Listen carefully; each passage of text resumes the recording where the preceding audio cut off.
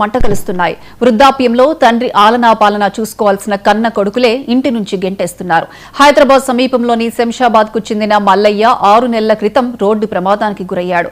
దీంతో తండ్రిని ఆలనా పాలన చూడలేని కొడుకులు ఆయన్ను ఇంటి నుంచి గెంటేశారు. దీంతో వృద్ధుడు రాళ్లగూడ ఫ్లైఓవర్ కింద తలదాచుకుంటూ భిక్షాటన చేస్తూ జీవనం సాగించేవాడు. చలి తీవ్రత పెరగడంతో బాధితుడు తాను చలికి తట్టుకోలేకపోతున్నానని తనను ఎక్కడికైనా తరలించండంటూ స్థానికులను వేడుకున్నాడు.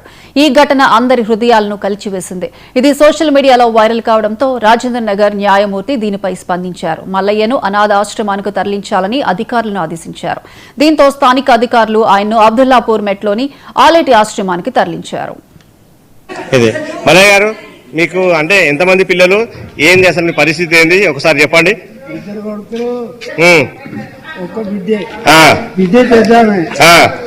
పెద్దామంటే ఈ లుచ్చ గనియా లుచ్చ పెద్ద కొడుక చిన్న కొడుక? పెద్ద కొడుకు. అంటే వాళ్ళు మిమ్మల్ని సరిగ్గా చూడట్లేదు అంతేనా? చూడడానికి మిమ్మల్ని ఇంట్లో నుంచి గెంటేసిరా? చిన్నోడేమో శివవాడు పెళ్లి చేసిన అందరు. నా బిడ్డ పిల్లలు కూడా చేసిన. అచ్చా అచ్చా.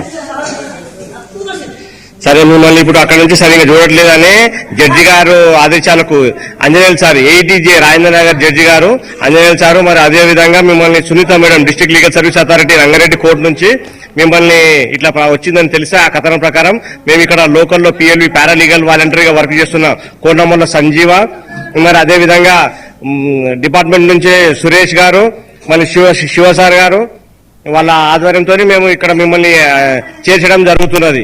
ఓకేనా? నీకు సమంజసమేనా? ఓకే కదా? ఇక్కడ ఉండగలుగుతావు కదా? సరే సరే. మేడ్చల్ జిల్లా